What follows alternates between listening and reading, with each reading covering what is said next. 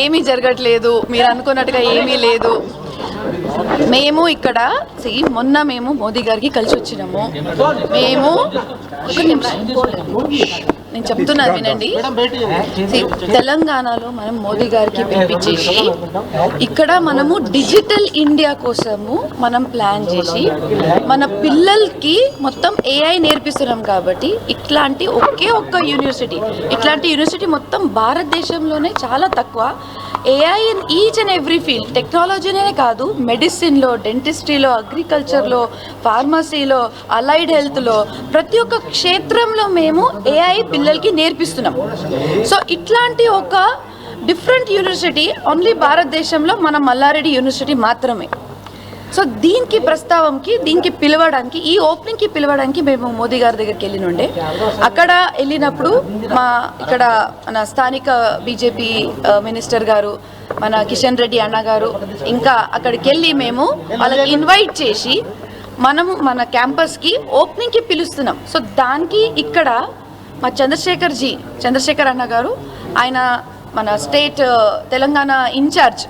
So ఆయనకి మనం connect కావాలి కదా, ప్రతి ఒక్కరికి మనం కనెక్ట్ కావాలి కదా. ఎందుకంటే మోదీ గారు వస్తున్నారంటే ఇక్కడికి వస్తే ప్రతి ఒక్కరు కూడా మనం అందరం కలిపి, అంటే భారతదేశం ప్రైమ్ మినిస్టర్ ఆయన మన ప్రధానమంత్రి మన రాష్ట్రానికి వస్తున్నారంటే మన హైదరాబాద్ ఏముంది, మన తెలంగాణ ఏముంది, మన స్టూడెంట్స్, మన ఎడ్యుకేషన్ సిస్టమ్ ఎంత పవర్ఫుల్గా ఉంది, అది మనం చూపించాలి కదా. దీనికి ప్రతి ఒక్కరికి ఇన్విటేషన్ ఇవ్వాలి. నేను ఇక్కడ వచ్చింది ఇన్విటేషన్ ఇవ్వడానికి చంద్రశేఖర్జీ గారు. ఎందుకంటే ఆయన ఎన్నో సంవత్సరాల నుంచి ఇక్కడే ఉండి, ఆయన ఒక యూపీ నుంచి, ఆయన actually from UP, so is incharge. కాబట్టి ఆయనకి ఇన్విటేషన్ ఇవ్వడానికి వచ్చాను, ఇంకా ఏమీ లేదు. కార్యక్రమానికి పిలిచినప్పటికీ కాకపోతే ఇక్కడ పార్టీ ఆఫీస్కి వచ్చి మాట్లాడుతున్నారు. ఆయన ఎక్కడున్నారు అక్కడ పోయి కలుస్తా కదా. అంటే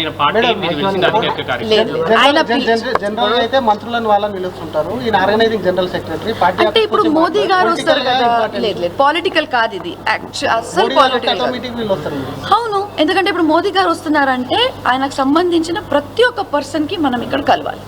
మన ప్రతి ఒక్కరికి, లక్ష్మణ్ అన్న కలవాలి, అందరికీ కలవాలి, రామచంద్ర గారికి కలవాలి. మన స్టేట్ అది మీరు టాక్ అట్లా ఉంది, కానీ నేనేం బీజేపీ చేరట్లేదు. ఒక educationist, I'm an educationist, I'm a doctor. నా కింద ఇంతమంది స్టూడెంట్స్ ఉన్నారు, వాళ్ళకి నేను ప్రమోట్ చేయాలి కదా.